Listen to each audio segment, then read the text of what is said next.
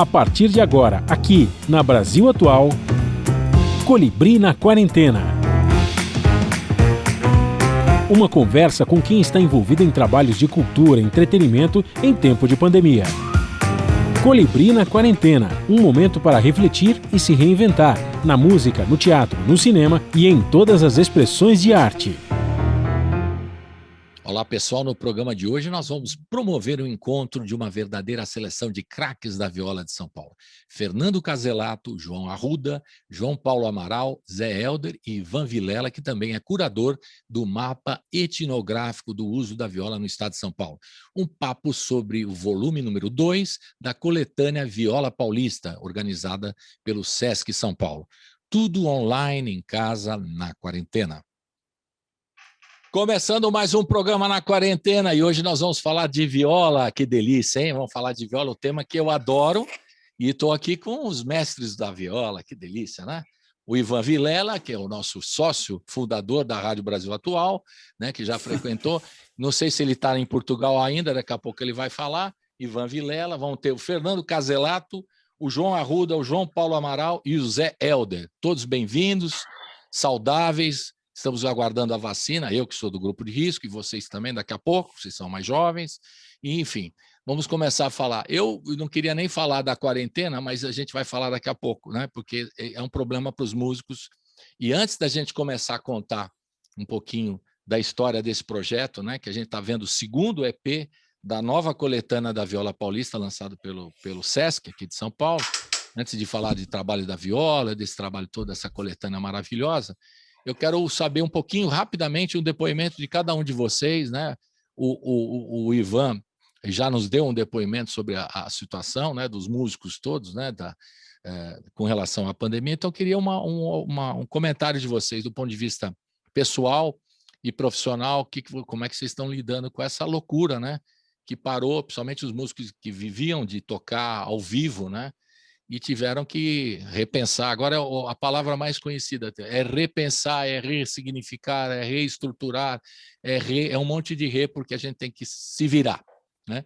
Vocês que são professores também, dando aulas remotas, enfim, cada um cuidando de uma forma. Então, eu queria que vocês dessem o seu relato, como é que vocês estão lidando com isso. Já concluímos um ano, né, de isolamento aí, não sei até quando vai isso aí, a gente não tem noção, né, do que pode acontecer, mas que afetou o mundo todo e afetou também a cultura, né, de maneira geral, e aos músicos em particular, os músicos que faziam programações, faziam shows ao vivo, né, muitos deles, né, então sem trabalho, e a situação é trágica em muitos locais aqui do Brasil todo, que a gente fala com todo mundo aqui, situação trágica, né, e agora se adaptando, né, depois desse ano. Então, podemos começar. Quem quiser falar, fale, levante a mão aqui.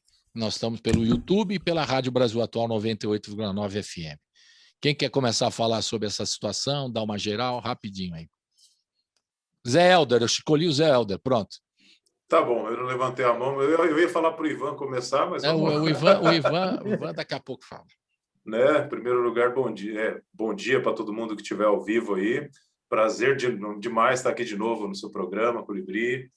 Né? E, pô, esse negócio virou a gente mesmo de perna para o ar, assim, né? Apesar de que já faz um ano, já deu para dar uma certa acomodada, mas eu sinto que, assim, o principal, o mais difícil de tudo, pelo menos para mim, foi realmente me habituar de que tem gente me assistindo do outro lado dessa telinha aqui, né? Porque olhar na cara do público, olhar nos olhos das pessoas é uma coisa, não dá para substituir isso, né? Então, isso é realmente o que mais faz falta, aquele contato de ter público na tua frente, de trocar aquela energia toda, né? Mas, fora isso, a gente tem se adaptado como dá, né? Assim, eu, como quase todos os músicos, vi a renda despencar assim, do dia para a noite, né? Tinha um monte de coisa agendada, pô, como é que eu vou pagar minhas contas?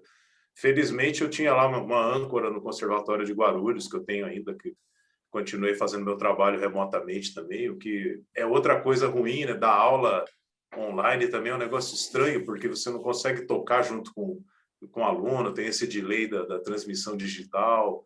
Então, tem um monte de problema que a gente passou a enfrentar, mas, enfim, estamos superando aí como dá, né, cara? Acho que uma hora a gente vai poder sair disso e vai ter aprendido um bocado de coisa, né? Eu aprendi a lidar com edição, com gravação, iluminação, um monte de coisa que eu não manjava, fui aprender, né? É o que a gente pode fazer no momento, né? A gente também tem que pensar numa nova forma de rádio, fazer pelo Zoom, conversar com... A vantagem, se é que há uma vantagem, é que a gente consegue aproximar os amigos remotamente, né? Mas, Sim. enfim, é uma pequena vantagem. É. E do ponto de vista, Zé, do ponto de vista pessoal, você teve que correr com alguma dificuldade, um apoio familiar, aí que sempre tem isso, né? A gente tem nas famílias todas grupos de risco, a gente fica preocupado, e ao mesmo tempo que tem que resolver o nosso problema pessoal do trabalho, a gente tem que ajudar os outros, tem que, né, acudir lá, colar. Como é que foi com você? Bom, eu felizmente não teve nenhum caso grave, fatal, assim, de gente próxima da minha família, assim, mas aquela coisa, tem uma tia, por exemplo, que é como se fosse minha mãe, que eu não vejo ela há meses, só por telefone, uma pessoa que eu ia na casa toda semana, né? Esse lado é difícil, né, de você perder realmente esse contato. Mas, pô, de todo jeito, um foi dando uma forcinha daqui, uma forcinha dali, deu para passar a pior parte da arrebentação, sabe? Acho que o começo foi um susto danado, mas já faz mais de um ano, sabe? Já faz um tempo que deu para a gente tentar se adaptar como pode, né? Tem que tocar, tem que tocar a música em frente, né? Tem que continuar fazendo o que a gente sabe fazer, né? Não dá para parar. Tocar para frente, né? João Paulo Amaral, seu depoimento aí, por favor. Pois é, rapaz. Primeiro, né, bom dia, não sei se é bom dia, boa tarde. Bom dia, né? boa tarde, boa noite. Como a gente está na internet, nunca se sabe. Para todo mundo. Então, eu acho que eu compartilho das vivências aí do Zé Eldred, acho que todo mundo passou um pouco por isso. A gente, claro, acho que é uma das coisas mais difíceis da pandemia é a falta do encontro, né? Não só, acho que com o público, mas com os amigos músicos, esses dias eu estava dizendo, eu não sabia assim o quanto era importante na minha vida aquela saída depois que você toca, que você faz um show, que você vai para um lugar para comer uma comida, tomar uma cerveja. Isso faz uma falta para gente, é uma coisa assim, tem um vazio muito grande assim, porque é a hora que você troca também, né, as experiências de vida, as impressões, as sensibilidades, e isso foi subtraído de todo mundo, né? Não só dos músicos, mas assim, para a gente talvez era um momento de celebrar assim a coisa, né, daquele parto que é o show, da gente toca e fica com aquela concentração, aquela sai com aquela adrenalina alta, energia, tal, e esse momento de encontrar depois do show é uma coisa que faz muita falta, né? Mas eu acho que a profissão do músico já por si só é uma eterna mudança, uma adaptação. A gente sempre está se reinventando, tá buscando coisas novas, está acostumado a ficar se equilibrando ali financeiramente também, né? Fazendo escolhas, buscas. Então, talvez por um lado a gente não tenha sido talvez a classe que por mais que a gente tenha tido várias dificuldades, a gente está acostumado a se reinventar. Eu acho um pouco isso, né? Mas eu acho que, assim, como a maioria aqui dos violeiros colegas que estão aqui, a gente, de fato, pelo fato de também dar aula, ter, às vezes, uma fonte de renda de alguma outra forma, talvez tenha passado menos pior do que alguns... A gente tem colegas músicos que vivem só de tocar, e esses sim, de fato, passaram um aperto e ainda estão, né? Eu não tive essa situação, mas na minha família, por exemplo, que tem duas cantoras e tal, né? As minhas irmãs, uma delas teve problemas sérios assim, financeiros, porque tinha muita coisa engatilhada e estava totalmente apoiado nessa coisa do ao vivo, né? De projetos que iam ser presenciais que foram cancelados. Então, foram fases difíceis aí que a gente passou agora. A gente tem também projetos aí da Lei Aldir Blanc, que, pelo que eu tenho visto, tem ajudado muito os colegas aí. Então, eu acho que é isso. Acho que estamos se reinventando, cabeceando, cruzando, cabeceando, fazendo de tudo, virando, igual o Zé falou, tendo que né, aprender um monte de coisa nova, dar aula à distância e estamos se virando. Mas eu acho que ainda tem um tempo ainda, né, para as coisas voltarem. A gente tá um pouco apreensivo ainda, né, porque muita coisa mudou e a gente não sabe quando vai voltar mesmo, se é que vai voltar, de que forma vai ser. Então, muita novidade ainda. Isso aí. João Arruda, por favor. Opa, bom dia, Colibri, bom dia, Bom Violeirada. dia, boa tarde, boa noite. Beleza, boa tarde, boa noite, para quem estiver assistindo aí em casa. Bom, agradeço o convite, fui meio pego de sopetão, cheguei aqui, muito bom encontrar vocês, mesmo que de longe, né? Rapaz, a gente está se reinventando, né? É o que você falou, ressignificando, reflorestando dentro da gente, em volta da gente.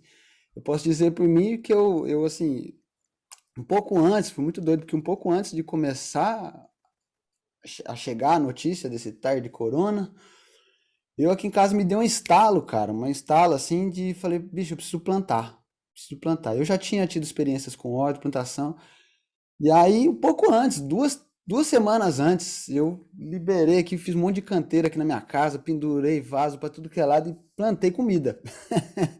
Um pouco antes de começar, daí veio o negócio da pandemia, assim, eu falei, tô mais do que certo, tem que fazer isso.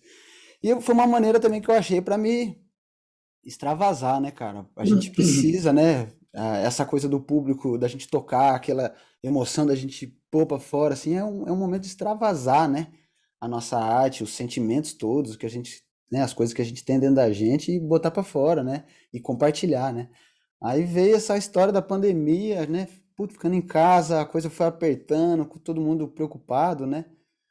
Mas o que nós temos que fazer mesmo é isso, é se ressignificar, reinventar, inventar coisas para aprender coisas novas, né? Eu estou aprendendo muito, né?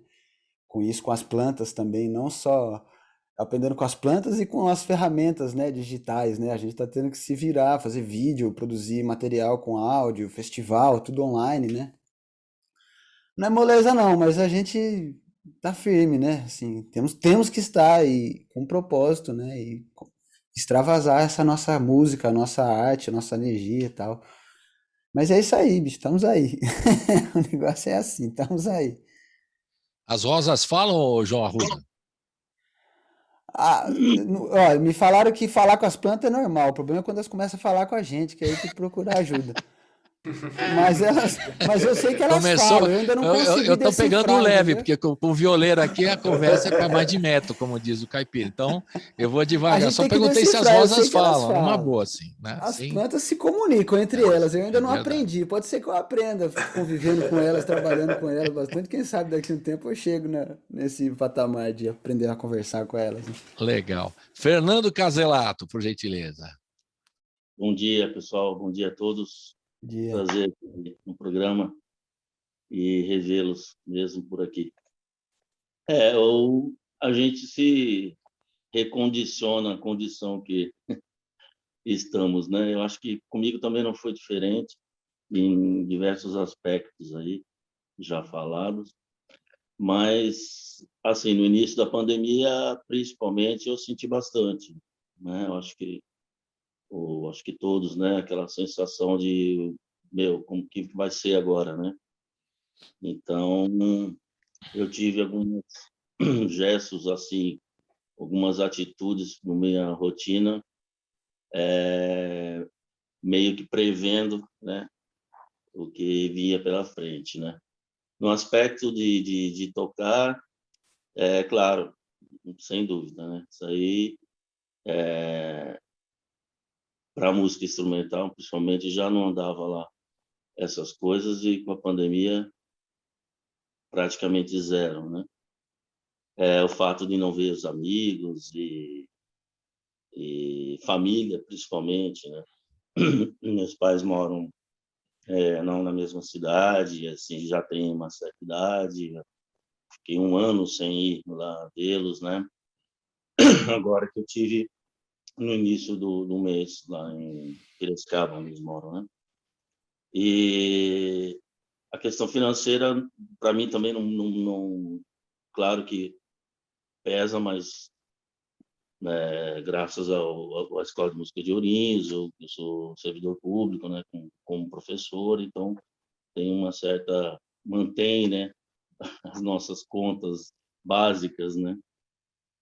E quanto às mudanças, uma coincidência, o João Arruda falou, o meu caso foi o mesmo, né? Entrei logo no início com esse hobby aí das plantas e horta em casa. Eu moro numa casa pequena, mas tem bastante planta, né? E eu me divirto com isso, né? Inclusive, já vi até as alfaces do João Arruda no Facebook, a gente participa de algumas comunidades de horta em casa e já vi isso, né? E assim, o que eu pude comprar, algumas coisas uns periféricos, algumas coisas que eu queria, estava faltando para mim no meu set, né? De ferramentas para tocar, enfim, tratei de ficar gravando vídeos, né? Postando, interagindo com a galera, né? E o que está segurando também é o que o João Paulo falou, as Aldir Blanc, né? Realmente, eu me acabo de fazer um festival com o João como curador, né? Fiz agora, né? No começo do mês. Tem algum outro um passo para frente, né? Mas o que está segurando são as aulas mesmo. Beleza? É isso aí. Agora, Ivan Vilela, conte aí. Você já deu um depoimento para a gente, né? Você está em Portugal ainda? Só para me localizar. Agora abre o microfone aí, mestre.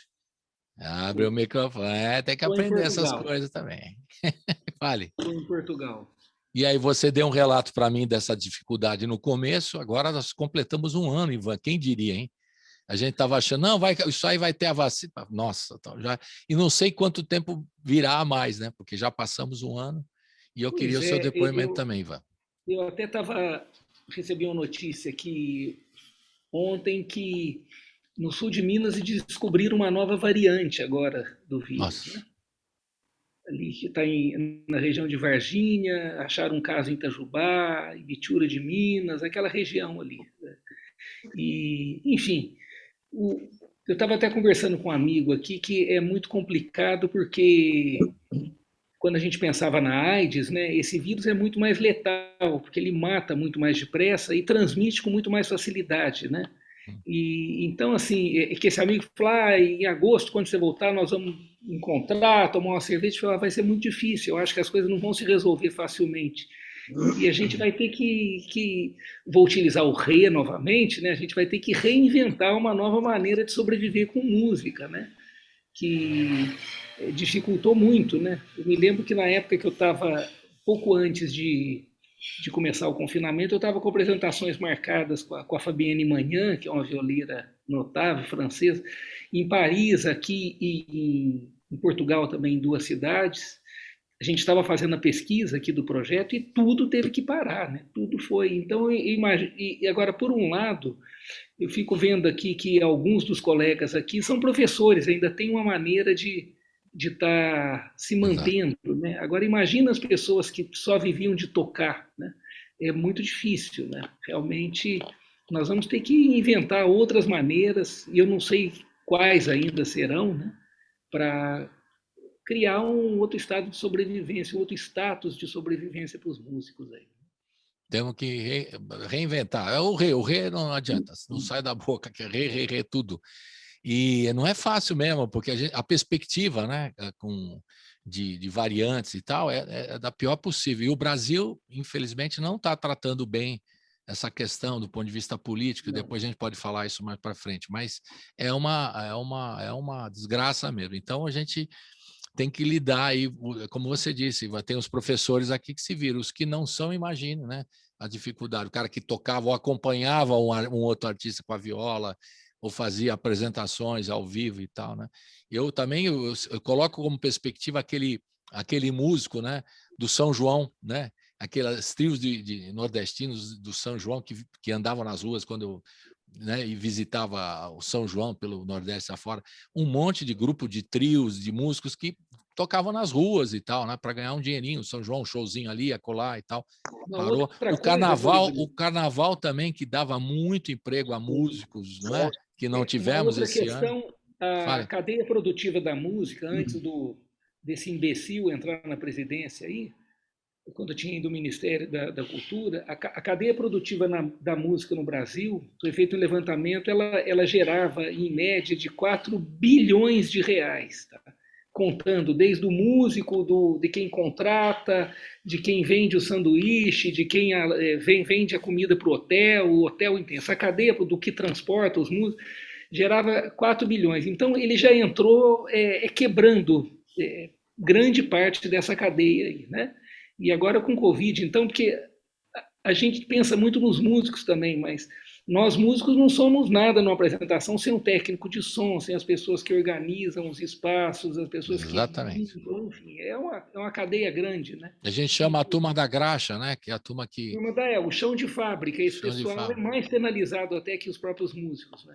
E a gente fez aqui, ao longo de um ano, aqui campanhas através da rádio, da TVT e tudo, todos os veículos, assim, a Rede Brasil Atual também, de campanhas para cestas básicas, né? Uma coisa de atender a emergência da coisa, né? O sujeito não estava nem pedindo a opção do emprego, de fazer uma luz, um show, um som, não. O cara que estava cesta básica, quer dizer. E isso eu não sei, né? A situação não sei se vai piorar ou não, enfim, a perspectiva é muito ruim, isso é o fato, né? Depois de um ano, a perspectiva é pior ainda. Incrível. Mas vamos mudar de assunto, que eu quero falar da viola. Aliás, o meu sonho de consumo era fazer um programa só de viola. Tipo assim, só viola, sem preconceito. Só viola, sem preconceito. E hoje eu estou fazendo aqui com vocês. Vai ser um prazer, né? Falar de viola e fazer um programa. Aliás, na USP, na Rádio USP, tem um programa de viola lá, firme e forte. E na Rádio Brasil Atual a gente ainda tem vontade de fazer. E quando eu não posso fazer um programa específico, né, a gente faz aqui na hora do rango, faz aqui no Colibri na Quarentena, se vira, traz os músicos todos, né, e a gente vai fazendo aos poucos. Mas o sonho era um programa só de viola, ainda vai rolar, ainda vai rolar. Mas vamos falar do projeto, Ivan, começando com você, explicando todo o projeto inteiro, porque não é de hoje, o projeto vem de algum tempo, né?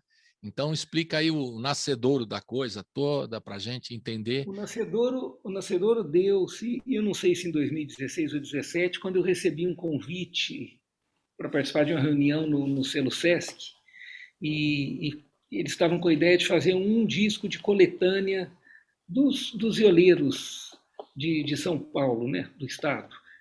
E o que eu percebi que a ideia inicial era trabalhar já com o pessoal que estava com carreira mais consolidada, e eu sugeri a eles, então, que nós fizéssemos 3 discos, e que o primeiro deles não fosse com o pessoal de carreira mais consolidado, fosse com os jovens que estavam começando na carreira e com alguns músicos mais antigos que não conseguiram, por outras questões, que não a qualidade do trabalho, que é muito boa, né? Deslanchar a carreira musical, né? E aí fizemos o Viola Paulista 1, foi um disco muito interessante. E agora, para esse segundo, então, nós juntamos as celebridades da viola e os músicos que estão mais conhecidos, que gravaram mais discos, que estão fazendo mais coisas até em prol da viola, não só do ponto de vista das gravações, execuções, mas de trabalhos didáticos, encontros, né? Como o próprio João está fazendo um evento bonito, agora o João Paulo Amaral, o João Arruda fez o Violas e Sonhos, o Zé Helder com o Ricardo Vinini davam cursos com o Índio Cachoeira, enfim, essas coisas todas. E a ideia de um terceiro disco futuro é trabalhar em loco, né, com os tocadores nas roças, esse pessoal que não aparece mesmo de jeito nenhum, né? Mas voltando a essa ideia agora do segundo EP, então, do segundo disco, ele foi dividido em 5 EPs, né, que são 20 músicos, então 4 por conta da pandemia e até da dificuldade de circulação de uma mídia física agora. Então, nós estamos subindo semanalmente, o Sesc tem subido semanalmente as plataformas, né, esses autores, e está um disco maravilhoso, é uma coisa assim, eu não canso de escutar. Eu já ouvi aqui, uma delícia mesmo. Agora, a gente está conversando muito, o povo fala assim, pô, não vamos tocar uma música? Vamos começar já agora a ouvir uma música. E eu começo aqui com o João Arruda, para ele falar dessa Ayuna, é isso mesmo? Falei certo? Ayuna? Fala aí, João, dessa música que a gente vai ouvir agora. Comente para nós. É isso. Bom, essa música aí, bom, Ayuna, Ayuna, assim mesmo que fala. Na verdade, esse nome veio assim, eu não sei nem o que significa, faz talvez uma referência ao toque Yuna do berimbau, mas assim, coisa inconsciente mesmo, porque quando eu fiz a música, eu fui botar o nome Ayuna, eu falei, eu gostei desse nome, pronto. E essa música, ela, bom, eu fiquei até muito feliz dela estar assim, porque ela é uma música bem rock and roll, que eu gosto muito também de rock and roll. Sou fã, inclusive, do trabalho aí do Zé Helder com o Vinini, é uma referência bem legal de viola com rock and roll, para quem não conhece, escutem. E eu dediquei essa música ao Rogério Gulim, lá do Paraná, que é um violeiro rock and roll também. Ele tem essa pegada bem rock and roll na viola, né? E aí o Ivan me convidou, mandei as músicas, né? Que eu poderia sugerir e tal, ele escolheu essa, achei bem legal.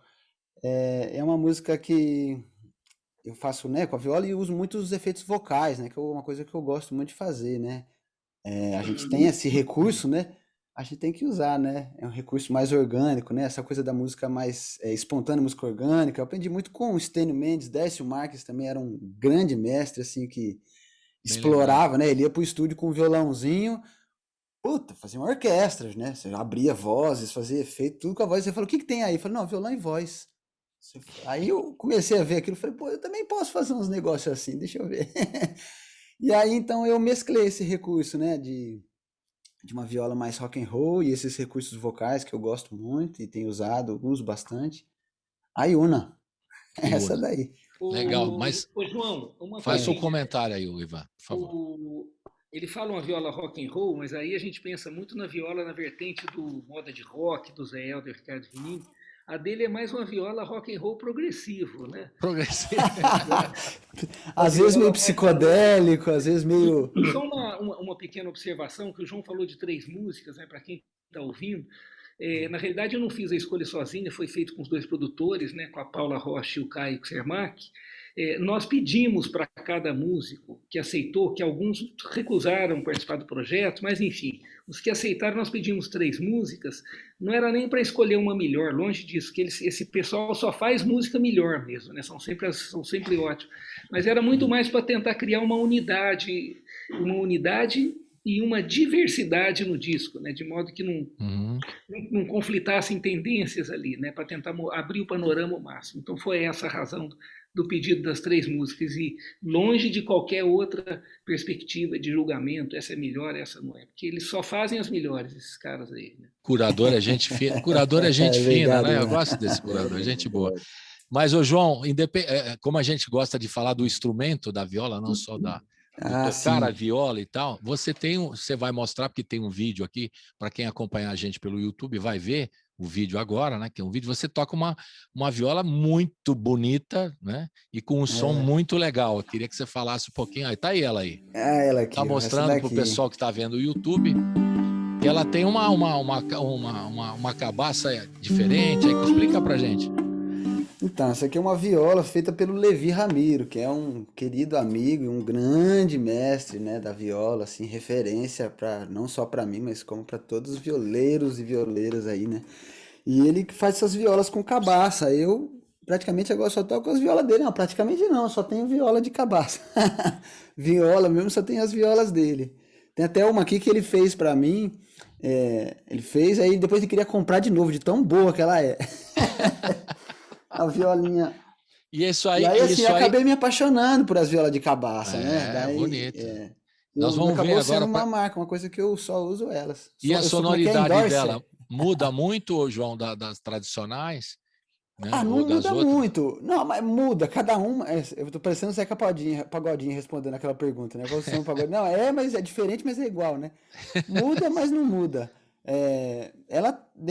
O lance da viola de cabaça que o Levi fala assim, é que cada uma sai de um jeito, então é uma coisa muito orgânica, então você não consegue prever, falar eu vou tirar um timbre mais agudo, não, a viola, por essa disforma da cabaça, cada uma vem com som, E nas mãos do Levi Ramiro, que é um baita violeiro, ele sabe pegar aquilo que lhe é oferecido quando ele está fazendo a viola e fazer o melhor instrumento possível, né? Legal. Isso ele domina, né? Então ele, como é um bom violeiro, conhece o instrumento, conhece os timbres, vê a cabaça, vê como que tá soando, ele pega e faz e não sai ruim, não. Quando sai ruim, ele fala que sai ruim, mas não sai ruim, não. Então vamos ouvir, depois de toda essa história bacana, vamos ouvir a Iuna com o nosso querido João Arruda. Roda! Coitemos.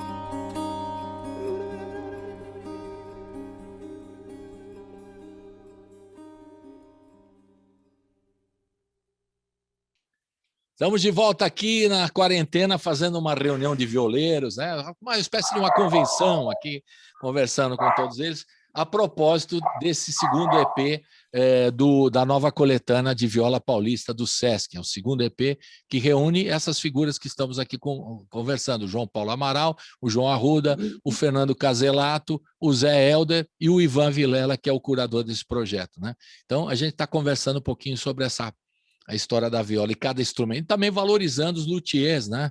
São figuras importantíssimas aqui na cultura da viola também. O cara que fabrica o instrumento, trabalha o instrumento, né? E o nosso querido Ivan Vilela, ele também estuda a viola há muito tempo, né?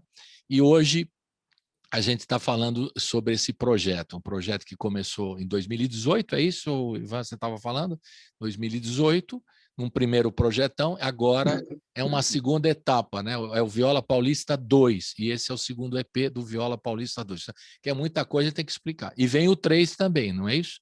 O 3 está... Como é que vai ser o 3 com a pandemia? Eu já quero antecipar o negócio. Você diz o terceiro EP ou o terceiro disco? Terceiro disco. O terceiro disco ainda, talvez a gente só faça no ano que vem, né? Ou se for o caso dessa pandemia perdurar, a gente espera, porque ele vai precisar de muita viagem, né? Enfim. E A gente fica à mercê agora do vírus, né? Ele quem manda em tudo. E eles têm uma perspectiva de fazer a coisa em loco, não é isso? A proposta A é essa. ideia é fazer em loco, né? E A essa ideia é ideia gravação em original é campo fazer em mesmo, loco. né? Pegar as pessoas nos locais delas mesmo, né? Tá certo. Agora eu queria, daqui a pouco, vou contar a história de cada um de vocês aqui. Vou começar com o João Arruda, porque a gente já ouviu o som dele, não é? Então a gente vai fazendo uma coisa mais lógica, assim. Já ouvimos o som do João Arruda, já falou de algumas influências. Eu queria saber a sua história, João Arruda. Quando é que você se apaixonou pela viola? Conta esse caso de amor para nós. Olha, rapaz, foi assim. Eu comecei a tocar violão, meu irmão começou a tocar flauta. E aí a música já estava dentro de casa, né? Meu pai Mas tudo sempre isso é aonde? Só para a gente localizar em geograficamente. Campinas, em Campinas. Campinas, isso. O meu pai sempre ouviu muita música clássica, e ele gostava muito de ouvir essas músicas do mundo, né? Músicas étnicas e tal. E isso me influencia até hoje, né? No meu toque hoje, assim, tá muito presente. Aí meu irmão começou a estudar, comprou uma flauta, e aí um pífano. E aí começou a tocar, estudar, e começamos a ouvir umas coisas. E aí eu falei, vamos comprar um violão junto? Beleza, vamos comprar. A gente dividiu só o preço do violão, porque o violão a gente não dividiu, que eu acabei pegando ele, agarrei no violão e comecei a estudar, a pesquisar as músicas que eu gosto, já querendo ser viola já, na verdade, porque eu tocava o violão já meio com as pegadas de viola, ouvindo umas coisas, então já queria que o meu violão já fosse uma viola. Aí até eu ir tocando, formamos banda, grupo, tocamos, isso com 15, 16 anos. Tocamos nas festas, fazendo balada, tocando com violão e pífano e tambor e tal. Aí um dia eu fui num ensaio na casa de um amigo e ele tinha uma viola lá encostada, né? Aí eu olhei assim, né? Parece que as coisas de filme, parece uma luz em volta dela. Ah! Eu olhei que eu falei, rapaz, isso aí é uma viola? Ele, é uma viola caipira, era do meu pai, não sei o quê. Eu falei, posso cutucar a barriguinha dela? E na hora que ele me deu a viola, né, eu peguei, fiz bem. Na hora que eu senti que aquilo ali era meu instrumento, que era minha continuação, sabe? E aí comecei a estudar, comecei a pesquisar, ouvir essa violeirada toda aí, essa turma, Ivan Vilela, nossa senhora. Daí ouvi o Ivan, falei, puta, daí me falaram que tinha uma orquestra de viola aqui em Campinas. É verdade. Aí eu falei, Orquestra Filarmônica de Viola, fui lá, conheci tanta gente, conheci o João Paulo lá, João Paulo, né, mestre também, arranjador. E aí eu fui me envolvendo com essas pessoas, com esse universo, e vendo o festival de viola que foi rolando, e vendo a viola instrumental, e foi ponteando, cara, e fui perseguindo os rastros da viola, dos violeiros, das violeiras, das pessoas que já estavam fazendo ali, né? Fui atrás da Folia de Reis, conheci o mestre Tião Mineiro, comecei a sair com a folia. E aí, rapaz, quando eu vi, eu já estava aqui fazendo tudo que eu estou fazendo e vou continuando desse jeito aí. Que legal. E na família também já tinha gente que tocava música, já era Não, a tinha minha músicos na família? bisavó, o mais próximo que tinha era minha bisavó que pintava. Mas o meu Uma pai, artista. ele é um artista também, só que ele não deu vazão, ele foi para outro caminho, no caminho do mercado imobiliário, outra coisa. Mas ele tem essa alma artista também, assim, foi o que me influenciou de música, né, de trazer coisa para casa, música, poesia. Legal. Então, assim, da família foi eu e meu irmão mesmo, só que brotamos para esse lado, né, que rumamos para esse caminho. Beleza. Agora eu queria ouvir do Ivan Vilela, porque a gente ainda vai contar a história de cada um deles aqui, a história da viola, né? Quando ela surge no Brasil, como é que ela veio para parar no Brasil? E esse é um instrumento brasileiro, é um instrumento português, é um instrumento da onde? Porque é sempre a polêmica. Eu gosto de fazer polêmica com o Ivan Vilela, mas ele sempre explica direito e eu não aprendo. Mas diga lá, Ivan, como é que é essa história, o começo da viola, onde nasceu? A viola é um instrumento de origem portuguesa, né?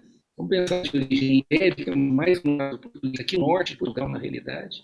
Surgiu por volta do final dos 1300, começo dos 1400, de maneira que na metade dos 1400 já era um instrumento muito popular no meio do povo. Ela raramente chegou à corte, em casa senhorial, ficou um instrumento do povo. O próprio Gil Vicente, dramaturgo quinhentista, se refere à viola em 9 das peças de teatro dele como sendo um instrumento de soldados, né? De escudeiros. E esse instrumento, então, foi para o Brasil com essa característica de ser um instrumento de gente simples, né? E fixou-se aí no Brasil, no caso no Nordeste e no Sudeste, desde o início ali nos 1500 ainda, né? No final dos 1500, e foi ganhando características muito próprias em cada lugar que ela foi se fixando, né? E do Sudeste ela foi para o Centro-Oeste, na mão de bandeirantes, de tropeiros, enfim, é um instrumento que hoje representa a identidade cultural de alguns dos povos do Brasil, pensando no Brasil como um mundo multicultural, né, com muitas culturas diferentes. Né? Ele já veio nesse formato, as 5 cordas duplas, as 10 cordas, ou não? Veio, que é uma característica do pai da viola, que é o avô da viola, no caso, é o alaúde árabe, né? Que é o primeiro instrumento de cordas dedilhadas com braço, onde as notas podiam ser mudadas, que chega na Europa, quando que é aqui, no 722. 711 é a data que o Tariq entra ali, né, na península. E então esse alaúde se apaixonou pelas cítaras e harpas celtas, de maneira que por volta de 1100 a gente tem um instrumento no norte da África chamado guitarra latina, que já é um instrumento muito, muito popular, né? E esse instrumento, então, ele vai se transformando de maneira que dá origem às violas portuguesas e depois aos cavaquinhos também, que são os 2 instrumentos de origem portuguesa que migraram pelo mundo da lusofonia aí no Atlântico. Né? E aí no Brasil ele ganhou características próprias? Essa história das afinações diferentes é uma coisa do Brasil ou isso já veio também de fora? Ela tem afinações distintas aqui em Portugal também, tem na Ilha da Madeira, nos Açores, né? Ela tem, mas é importante a gente pensar assim, tudo que acontece em algum lugar, quando acontece no Brasil, acontece numa dimensão mega, não só por causa da imensa população e do tamanho do Brasil, mas por causa da multiculturalidade do Brasil. Então, foram muitas afinações, né? São muitas. Hoje o pessoal fala tem 15, tem 20, eu acho que tem muito mais, né? Porque no fundo a pessoa pega uma afinação, muda uma corda, já virou outra afinação, se você partir do princípio que isso é uma outra afinação, cada um faz de um jeito, e as pessoas inventam, né? Pois é, isso que você está falando, eu estou descobrindo também no violão, né? Porque o violão brasileiro também tem trocentas afinações, mas não é que tem afinações clássicas, né? Cada um inventa a sua afinação, né? E é uma loucura. Por exemplo, o João Bosco, que eu entrevistei aqui recentemente, ele agora está fazendo uma série de vídeos mostrando e abrindo o jogo e o coração, mostrar as afinações dele, aquela coisa que ele faz é tudo diferente, cara. Então a gente no Mi, Lá, Ré, Sol, Si, Mi, lá não tem nada a ver, porque ele faz altas coisas lá que ele faz, e outros tantos que fazem afinação. A turma do choro também inventa afinações, né? Dori Caymmi, né, que colocou o Si e o Si embaixo, né? Exato. O Jorge Ben, também tem uma afinação particular também, dessas coisas de juntar, né? Quer dizer, é uma coisa que cada artista, de repente, busca a sua sonoridade reinventando afinações, né? E não isso é uma coisa bonita, Colibri, do mundo da tradição oral, né? Porque normalmente quando a gente vem a partir de um conhecimento só da tradição escrita, as coisas ficam mais estanques, né? Exato. E isso no mundo da tradição oral, que tem o autodidata, né? Ele vai e faz do jeito que lhe apraz ali, né? Isso é muito bacana. Né? Isso é legal. Quer dizer, a viola tem estruturado, né, esses tipos de afinações. E quem que denominou essas afinações, esses nomes? Rio Abaixo, Cebolão, e etc. Normalmente são as pessoas dos locais mesmo, né, que fazem isso. Né? Às vezes você vai num lugar... Uma vez eu estava tocando lá em Montes Claros, chegou um violeiro para mim, um senhor, né, e falou, você está tocando no Avançador. Avançador. Eu falei, qual que é Avançador? Ele falou, essa aí daí que você está tocando, toca as cordas. Eu toquei e falei, Avançador, tá vendo? Então, quer dizer que cada lugar as pessoas vão dando os nomes, né? Não existe um padrinho ou um padre que vai lá e fala, é assim, o nome vai ser esse. Não, é muito espontâneo das pessoas isso. O João Arruda, que a gente acabou de ouvir, né, é o Rio Abaixo, né, que você fez a afinação. É isso, João? Tá dando ok lá, mas ele vai falar. Fala aí, João. Rio Abaixo, mais conhecido como Down in the River, nos Estados Unidos. Down the River. Mas não é o Open G também? Os americanos não falam Open G? Acho que é a mesma afinação do banjo, né, Ivan? Isso, é a mesma Open afinação G. do banjo. Open É G. a afinação da viola da Ilha da Madeira, enfim. O sol aberto, a gente está falando aqui, deixa eu traduzir, é o sol aberto. Você toca as cordas gerais assim, entre o sol maior, né? É isso? A afinação do Capeta também, que descia rio abaixo, né? Você pode pensar nisso também. E também do blues, né? Também, aí começamos a fazer uma grande discussão. O blues também usa, né? O Open G, o rio abaixo, o sol aberto. E o Keith Richards, que usa, ele pega uma guitarra, põe 5 cordas e faz aqueles riffs, tudo em rio abaixo, né? E o Open G, aquelas... Down in the River. Down in the River. Agora vamos ouvir uma outra viola com o Zé Helder. A gente vai ouvir agora a música do Zé Helder, como chama? Do oco da viola ao borralho do fogão, a moda pós-rural. Ô, Zé Helder, o Zé Helder vai ser... Eita, né? Zé Helder. Então, fala um pouquinho dessa aqui, a gente vai ouvir essa música, aí depois a gente vai contar a sua história. Diga lá. Apesar do nome imenso aí, mas essa música é uma valsinha, de um tema bastante simples, até assim, tem um espírito das valsinhas de antigamente, assim, sabe, dessa quem quer pão, né? Quem quer pão, quem quer pão, tem aquele gostinho daquele ritmo daquela época.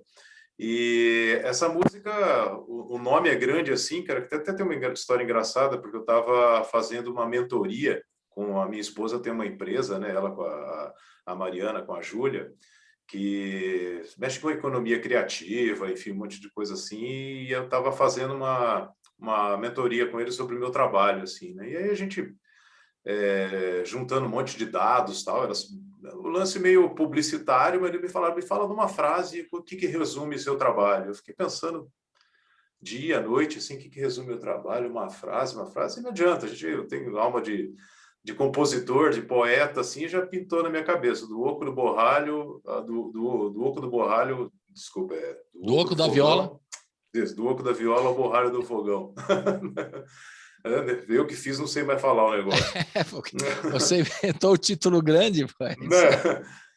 Aí pintou esse nome porque tem uma relação com discos, com músicas que eu lancei e tal, peguei desse nome lá, e como eu gosto muito do título do Grande Sertão Veredas, né? Grande Sertão, Veredas. Aí coloquei essa segunda parte, do oco do borralho, do oco da viola ao borralho do fogão, a moda pós-rural.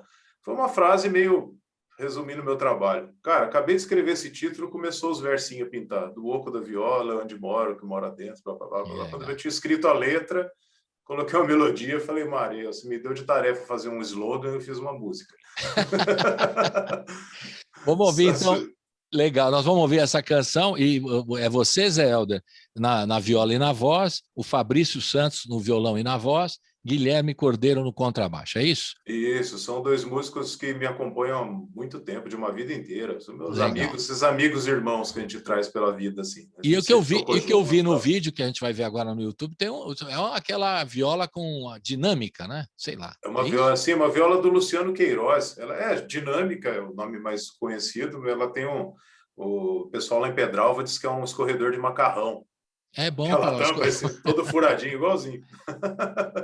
E é o Resonator, né? O som dela, a projeção do som dela é feita numa peça metálica, então ela tem esse timbre metálico, esse é um instrumento bem interessante. E para quem gosta de rock and roll, né, Zé Helder, como você e o Ricardo Vinini, que fizeram 2 ou 3 discos, né, da viola e rock and roll, é aquela parecido com aquele do Dire Straits, que aparece na capa do disco do Dire Straits, né? Que é aquela. E é o famoso Nacho, né? Americano, que é feito desse material, feito todo de aço, não sei se é aço ou lata, enfim. Na verdade, parece um instrumento sofisticado, mas era instrumento de pobre, né, cara? Nasceu daquela coisa de necessidade dos caras, né? Lá você acha contrabaixo feito de lata, de tanque de gasolina, né? Os gringos fazem essas coisas. Então, acho que o Resonator é uma dessas soluções assim, também, né? Resonator. Isso mesmo. Então vamos ouvir, daqui a pouco você vai contar a sua história. A música chama Do Oco da Viola ao Borralho do Fogão, 2 pontos. A moda pós-rural. Zé Helder, roda!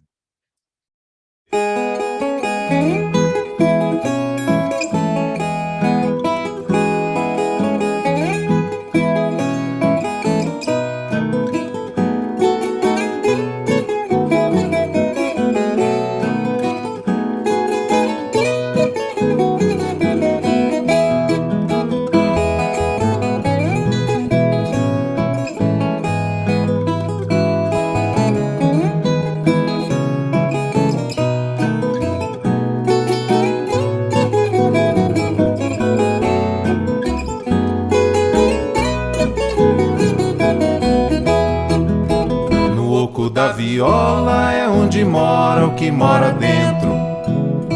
Fora se arvora, nasce e renasce do instrumento. Cores invisíveis que as cordas tangidas fazem misturar. Formas se revelam para o coração que quer vivenciar. No oco da viola é onde mora o que mora dentro. Fora se arvora, nasce e renasce do instrumento. Cores invisíveis que as cordas tangidas fazem misturar. Formas se revelam para o coração que quer vivenciar. No oco da cachola, que é onde nasce tudo que se vê. No oco do bambu, que o sacizinho espera pra nascer. No oco da saudade que a gente chora. No oco das paredes que a gente mora. De que é feito o oco, nada que faz tudo, tudo aparecer.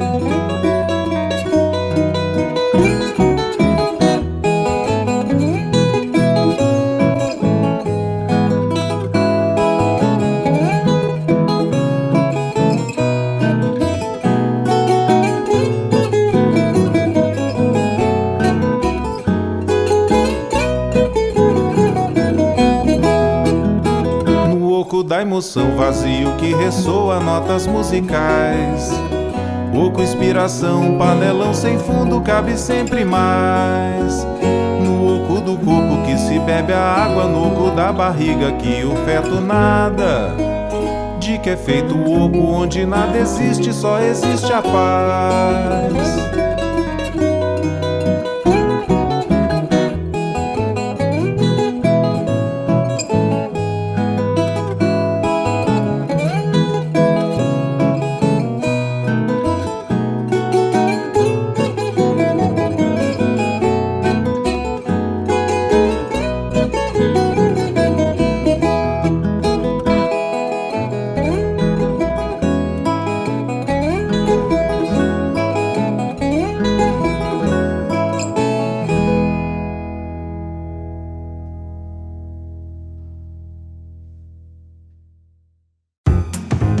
Você está ouvindo Colibri na Quarentena.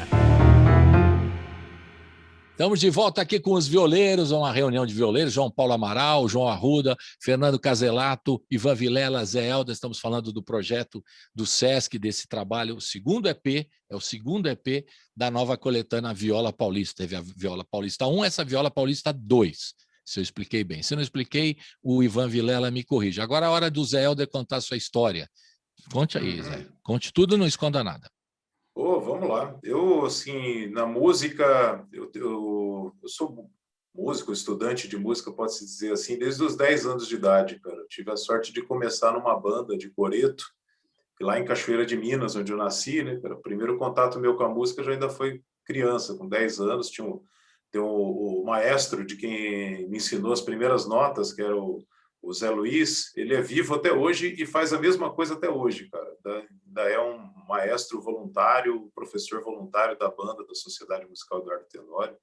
Então, eu comecei lá. Inclusive, estou fazendo um filme sobre isso, vai se chamar Os Batutas do Coreto, né, que vamos finalizar agora nesse primeiro semestre. Legal. Sobre esses mestres de banda, né, de quem eu tive a sorte de ser Legal, aluno, muito né? bom. Boa ideia, bom projeto. Então, e aí eu comecei ali com clarineta, com os instrumentos de harmonia primeiro, e depois passei para as cordas já com 15 anos, aí morando em Itajubá. comecei a tocar um pouco de violão. Logo, uma garotada, uns amigos tinham uma banda na escola, tinha um baixo e não tinha baixista. Alguém tinha um baixo latonante, velho. Você não quer tocar o baixo? Fui. Fiquei 10 anos no contrabaixo depois disso. Peguei ali comecei naquela banda, estudei depois conservatório, baixo acústico, estudei música erudita e tal. E aí, no Conservatório de Pouso Alegre, já trabalhando como professor, isso em 98 para 99, eu descobri um instrumento lá, guardado no almoxarifado, com as cordas velhas, uma viola Del Vecchio, que eu já amava viola, ouvia, tinha discos de todo mundo, inclusive do Ivan, que eu ouvia pra caramba, já era referência pra gente lá naqueles tempos, tinha acabado de sair o Paisagens, né? Chamou de velho, mas segue. Baita disco. Olha lá. Baita disco emblemático, que fez super a cabeça de um monte de gente, da minha demais, né? O Paisagens. E aí eu peguei aquela viola, falei com a diretora da escola, falei, olha, acho que ninguém usa isso, posso levar para minha casa? Assina um termo de responsabilidade, pode levar. Levei, dei um trato na viola e acho que mudou tudo para mim, assim, com a música. Acabei vendendo meu material de baixista e acho que o principal, as coisas que a viola foi me trazer, primeiro foi a verve de compositor. Eu gostava muito de compor, mas eu não gostava de nada que eu fazia. Tinha um monte de ideia guardada, era no baixo, era cantando, mas não gostava nada daquilo. Parece que quando eu peguei a viola, ela foi o canal que fez assim, puf, né? As coisas começaram a surgir. Fazer minhas próprias músicas e tal. E aí eu conheci o Ricardo, cara, isso já foi o Ricardo Vinini, né? Quando eu me mudei para São Paulo, aí foi em 2006, 2007, que conheci um cara da mesma espécie que eu, né? Da mesma espécie que eu, um violeiro que não usava viola exclusivamente para tocar música caipira, né? Não era, pra gente esse instrumento nunca foi atrelado, amarrado somente essa vertente musical. Ela representa maravilhosamente bem essa vertente, mas não tem por que ficar amarrada só naquilo, né? E a gente começou a brincar de... Aí o Ivan disse já dedurou aí, que eu fui o primeiro professor de viola conservatórios em Minas. Né? Você me chamou de velho, né? Então... Não, aqui é o seguinte, o cara tem um espaço para réplica e tréplica, que dá o troco. Chamou de velho e falou, você foi o primeiro professor de viola dos conservatórios estaduais de Minas Gerais. Pronto, é a vingança do Ivan Vilela. Pronto, tá feito. Muito bem, muito obrigado pela parte. E aí mas você tinha uma pegada rock and roll também, porque o João também disse que tem uma pegada rock and roll, e esse foi uma ideia muito legal de pegar clássicos do rock e tocar viola. E quando a gente ouve esse trabalho, você vê a proximidade, né? A gente está brincando de falar do violão, dos lugares, né? O Ivan viajando pelo mundo aí, fazendo as suas pesquisas, os seus trabalhos acadêmicos, a gente começa a ver todas as coisas que estão conectadas, né? E aí, quando tem certas canções que vocês dois tocam na viola, que são clássicos do rock, que, pô, parece que foi feito para música caipira mesmo, vamos combinar. Tem umas, né? Interessante é isso. Fale de algumas canções aí que vocês tocaram, que é muito parecido, né? A levada, o riff, sei lá, né? Eu acho que, assim, tem uma coisa principal nesse trabalho que a gente tocando ritmo de cateretê, cururu, pagode de viola, então... O ponteado, a mão direita, os acordes, para viola soar como viola, e não imitar uma guitarra, por exemplo, ou ter aquela potência da canção original do rock. E com isso a gente acaba revelando um lado da melodia que não se ouvia antes, né, cara? A gente acaba ouvindo Sepultura de um jeito assim que soa bastante melódico, interessante e tal. Enfim... O Dire Straits, por exemplo, aquela Why Worry, depois que a gente gravou aquilo, falou, cara, dá para botar letra aí e carreirinha gravar isso aqui. Parece uma música caipira mesmo, essa daí é incrível mesmo. Virou. Então isso sempre foi muito divertido, especialmente para a gente fazer isso, né, cara? A gente se diverte a beça e conta a nossa história, né? Porque a gente veio do rock mesmo, por que a gente vai negar isso, né, cara? Nós estamos simplesmente sendo honestos com a nossa trajetória, né? A gente veio do rock e fazemos isso, adaptamos esse instrumento para contar a nossa história com isso, né? Acho que esse que é o lance que faz o negócio ser verdadeiro, né? Legal. Antes de chegar no Fernando, que ele está escapando aqui do vídeo, a gente pega o Fernando daqui a pouco, eu queria saber do Ivan, sempre uma pergunta na lata assim, para o Ivan, Você acha que ainda existe muito preconceito? Tem os puristas da viola? Por exemplo, o Zé Helder está falando dessas misturas de sonoridades, ele traz para o rock and roll, adapta e tal. Tem gente lá da viola que fez o nariz empinado para o projeto do Zé Helder, do Vinini, né? O que você acha Olha, disso? Ainda tem essa verdade, turma? existe, sempre existiu, né? Quando eu comecei a tocar viola, um violeiro aí conhecido falou: você não sabe tocar viola, você toca viola igual violão. Ele queria me criticar, ele estava dizendo assim, eu que sei, né? Eu falei, pô, que legal, eu toco diferente então, né? Porque existe uma patrulha da viola, sobretudo do pessoal mais ligado à música caipira, né? Eles ainda têm uma crença, bom, vamos pontuar antes, a música caipira é uma música muito importante para o universo da viola, que ela trouxe uma contribuição técnica, musical, de repertório, tudo fabulosa, né? Mas eles acham que aquilo é o puro, né? A gente não tem nada puro, né? O grande barato nosso no Brasil é ser vira-lata mesmo, é misturar tudo. E o problema é que eles acabam criando uma reserva de tradição e se esquecem que a viola, antes de ser caipira, ela foi carioca, ela foi pernambucana, ela foi baiana, né? Nas capitais onde era tocado, né? Era o instrumento que acompanhava todo mundo que cantava até metade dos 1800, né? Em Rio de Janeiro, que era a capital do Império. Então, existe essa patrulha muito forte ainda, né? Mas, enfim, o preconceito não serve para nada, né? Só manifesta a mediocridade. E só restringe, né? Só restringe a capacidade da música da viola caminhar por os Exatamente. por vários... Como tem também um preconceito muito grande, as mulheres que tocam viola. A gente tem um movimento lindo no Brasil agora das violeiras do Brasil. No primeiro disco nós convidamos violeiras que não aceitaram, do segundo 2 aceitaram, né, participar. E então eu acho que também quebrando esse tabu também. Um bordão, perdão, é um bordão que eu tenho repetido muito aí. A viola está cheia de raiz, ela precisa começar a ter asa agora, né? Verdade. Era só isso. Não, eu queria Zé. fazer uma parte nessa fala aí, porque eu tenho uma observação muito importante, que eu estou nessa pegada de dar aula em conservatório há muitos anos, e o que eu tenho notado de 2 anos para cá, bem pouco tempo, é a quantidade de mulher que está procurando aula de viola. Quando eu comecei, o público era totalmente masculino e a maioria do pessoal era mais de 60 anos, assim, sabe? Esse perfil foi mudando muito, cara. Inclusive garotinhas, assim, meninas, 10, 12 anos, assim, têm aparecido procurando aula de viola no Conservatório de Guarulhos. Isso mudou demais, cara. Assim, tá 50-50, 50% de homens, 50% de mulheres. Isso mudou bem de pouco tempo para cá. Legal. É uma mudança que eu acho bem importante. Estamos rompendo mais um tabu aí também, né? Tem que romper todos esses tabus e seguir em frente os caminhos da viola. Agora chegou a vez do Fernando Caselato, vai falar aqui do Chão Vermelho.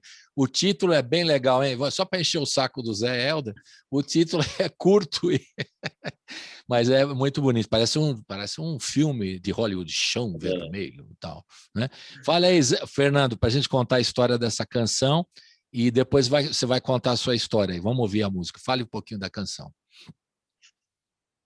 O nomear a música instrumental para mim sempre foi uma dificuldade, mas saem nomes bacanas, assim, né? Mas eu acho que o fato desse nome tem a ver com um álbum que eu gravei, né? Que é o Solo das Cores, que é o álbum mais recente, que não é mais tão recente, que já o ano que vem faz 10 anos, né? E no começo eu pensei em cada música nomear com alguma cor, né? E acabou sendo só ela, né? Tem vermelho no nome, né? Chão, que eu pensei em solo, né? E vermelho por causa do calor, ela tem uma coisa meio espanholada, é uma coisa que eu namoro um pouco algumas coisas do flamenco que eu gosto, assim, de ouvir, enfim, algumas coisas de mão direita que eu gosto de aplicar na viola. Então, se é uma justificativa para esse nome, ela tem relação com isso, sim. Tá? Então vamos ouvir E com afinação é cebolão em ré, né, Fernando? Cebolão em ré. Cebolão ré maior. É. Você prefere o cebolão em ré? Você usa várias afinações ou só essa? Eu fiz algumas coisas com outras afinações, mas a cebolão em ré quase 100% que eu toco, né? O primeiro álbum que eu gravei em Mi. Mas eu acho que era mais, eu gravei em função da viola que eu tinha, era uma viola menorzinha, né, cinturada, e ela timbrava bem no Mi maior, né? Mas eu já curtia mais tocar em cebolão ré já naquela época, né? E aí os trabalhos sempre eu mantenho essa afinação, né? Legal. Então vamos ouvir então a música Chão Vermelho com o Fernando Caselato. Roda o Chão Vermelho.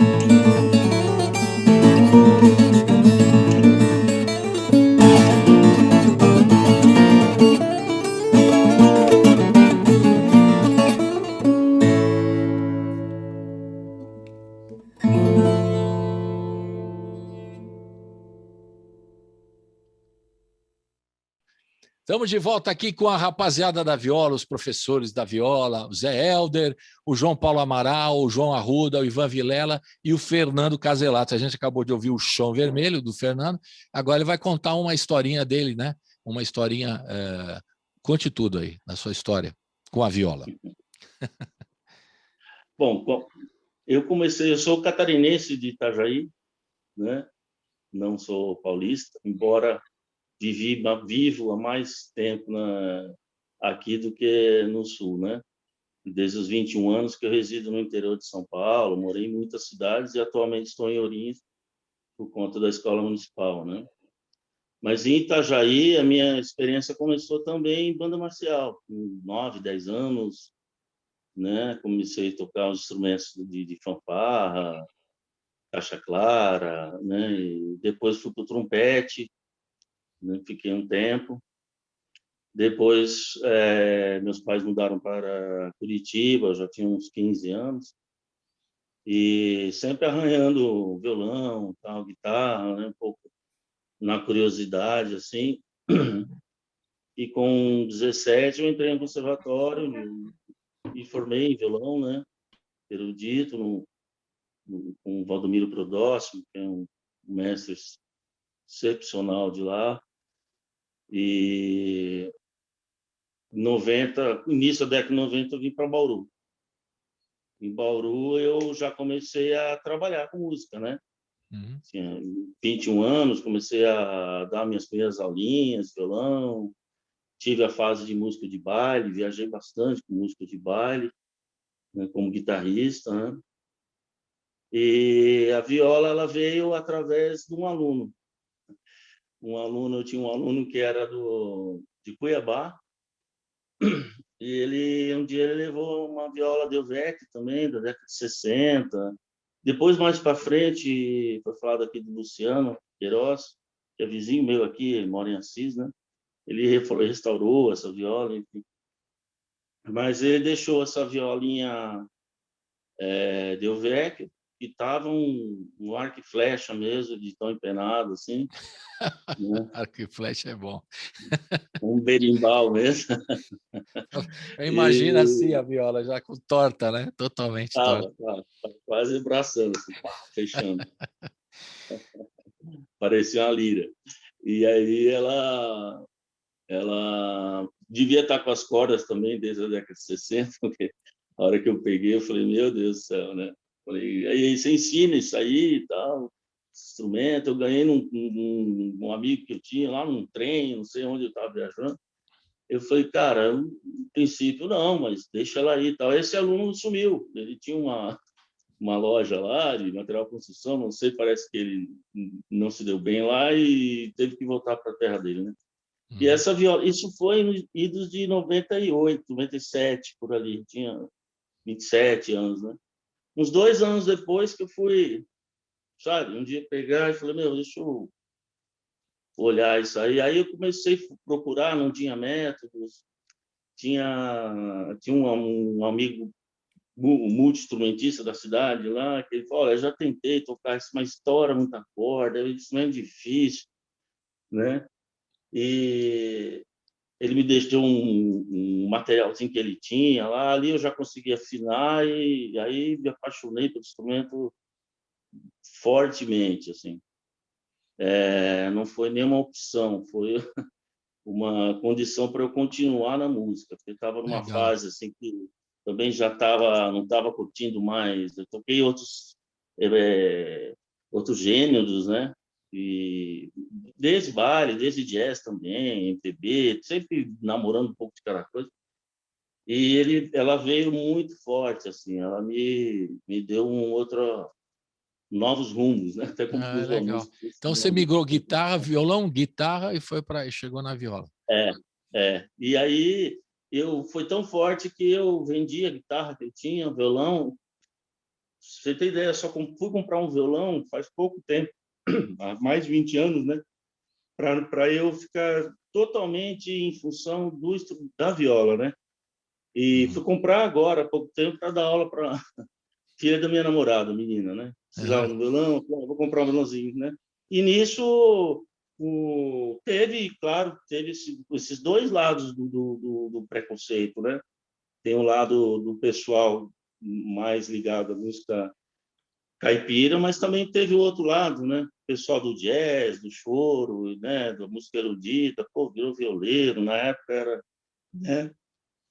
Mas isso nunca me incomodou, né? Eu acho que até esse desafio de transitar nesses, né? o que o Ivan falou, né, de dar asas para o instrumento, né? Isso é o que mais me motivou e continua me motivando sempre. Legal, muito bom. E aproveitando uma coisa que você falou aqui, eu queria saber com o Ivan, por exemplo, é o seguinte, da transição do instrumento, do violão, da guitarra para a viola. E ele falou que ele procurou, né? O Fernando acabou de dizer que Sim. procurou métodos, né? No começo você não achava onde aprender a viola. E aí eu pergunto, vocês são todos professores, a pergunta que pode ser para todo mundo também. Como é que é essa migração do sujeito sai do instrumento como violão ou de guitarra e quer tocar viola? Quais são como é que ele tem que encarar? É uma coisa diferente? Quais são as dificuldades que cada um de vocês, como professores, agora eu quero a opinião de todo mundo, aproveitando o gancho que o Fernando deu, da transição, né, de um instrumento para outro. Quais são as dificuldades e os métodos, as formas que você pode estudar? Hoje tem, pela internet, chamados, como chama lá, tutoriais, né, que você até aprende, até pôr o dedo no instrumento e tal. Mas no começo, como o Fernando disse aí, ele não tinha muito recurso para desenvolver o instrumento. Foi, né, no peito e na raça, não é isso, Fernando? Foi Sim. Por aí. Então, eu queria que cada um falasse quais são as dificuldades que vocês, como professores, e hoje em dia o sujeito quer migrar de um instrumento para o outro. Começa com o Ivan, depois faço a roda aqui. Olha, essa inclusive é uma das questões que motivou muito a viagem ao Brasil agora para entrevistar aí mais de 40 violeiros, né? Dentre os quais todos esses aí foram entrevistados. O João Arruda já havia sido entrevistado em 2019. Como que a gente pega um instrumento do mundo tradicional e traz ele para um mundo erudito, um mundo da escrita, sendo que nesse mundo da escrita normalmente existe uma tentativa de um poder simbólico, né? Simbólico entre aspas, falso, né? Que verticaliza muito, como se o saber erudito fosse superior ao saber popular. Então, como que cada um desses músicos, o que eles trazem desse instrumento? E isso é muito pessoal, porque cada um, eu reparei nas pesquisas, que cada um traz de um jeito, cada um foca em uma questão, né? E isso é uma riqueza, né? É muito bonito. Mais uma prova da nossa multiculturalidade, né? A gente tem que sempre... O nome nosso deveria ser Brasis, entende? O nome desse país aí, porque cada um... O João abordou uma questão, o Zé Helder outra, e o Fernando Caselato outra, né? No que eu perguntei, né? O que você utiliza do mundo tradicional? Então é muito bacana isso, né? Mas o que é muito importante é que, e eu percebi isso em todos, né, que existe uma relação horizontal entre saber erudito e saber popular, e saber oral aí, né? Ambos não, todos aí trabalham com a ideia de que os saberes são jogados na horizontal e nunca na vertical, e acho que isso é o mais importante, porque aí você começa a dar voz para o instrumento a partir da voz que ele já tem. Beleza. Zé que dá aula aí também, fala um pouquinho dessa transição do instrumento, como é que é para aprender, as dificuldades e tudo também. A viola, assim, eu acho que é um instrumento que, primeiro, ela tem um saber próprio que está muito presente na cultura popular, está muito presente nesse lastro cultural que a viola traz consigo. Quando você começa a tocar aquilo, você naturalmente já entra num universo, num mundo de brasilidade, não só brasileiro, mas ligado na sua origem ibérica, tudo isso que o Ivan está falando aí, que eu acho que faz com que a gente tenha que olhar esse instrumento de forma diferente, assim, especialmente na questão técnica, especialmente não, mas também na questão técnica, porque, por exemplo, eu convivi muito com o Índio Cachoeira, né? Uhum. Era um cara que quebrou muitos tabus para mim, assim, que eu, por exemplo, vi um cara que estudava no conservatório, de repente comecei a dar aula, minha preocupação no começo ali era ajustar aquele curso de viola num conservatório de música, ou seja, eu pensava que o passo a passo do estudante de viola deveria ser fazer o mesmo que o de violão, aprender a ler as primeiras notinhas, posicionar, não sei o quê, colocar meio naquele arcabouço de violão erudito, assim, né? E com o tempo eu percebi que tinha outras questões mais importantes, né? Um cara que nem o Cachoeiro, como eu estava dizendo, por exemplo, pegava para tocar com o dedilhado todo torto do jeito que ele inventou, mas que existia uma inteligência inata ali. Comecei a ver, por exemplo, que ele usava mais esse dedo e esse aqui, em vez desse quarto aqui, que é, para quem começa a tocar, mover o quarto dedo é um negócio difícil. O Cachoeira parece que não passava por isso, sabe? O quarto dedo servia de um acessóriozinho, então tinha coisas na técnica cabocla dele tocar que... Estou falando dele, mas de outro monte de gente que a gente observa por aí, né? Então, esse saber do empirismo mesmo, de pegar o negócio e fazer sem ter outra referência, é um saber que você não pode abandonar, sabe? E eu acho que cada pessoa que pega uma viola para tocar coloca um pouquinho disso em cima, sabe? Tá sempre... Ninguém deixa o instrumento ileso, tanto como você que começa, você se transforma pelo contato com o instrumento e você transforma a viola também, porque você coloca um pouquinho do seu ali. Então, acho que são saberes, são coisas que... É um processo que está acontecendo e que não vejo um fim assim, vai chegar um dia que a arte erudita se junta com a popular. Não é, acho que esse diálogo, esse conflito, esse diálogo é sempre interessante para o instrumento, sabe? E acho que é isso que tem acontecido, pelo menos eu noto esse processo, né? João Arruda, João Paulo, fica à vontade também para comentar. Fala, João. Fala, João. Arruda. Vou falar Ou um Amaral, João Paulo Amaral. O outro João passou a bola. Não, eu vou comentar, só para complementar, concordo com tudo isso que eles estão falando, acho que só para pontuar uma outra coisinha, você falou da transição, né?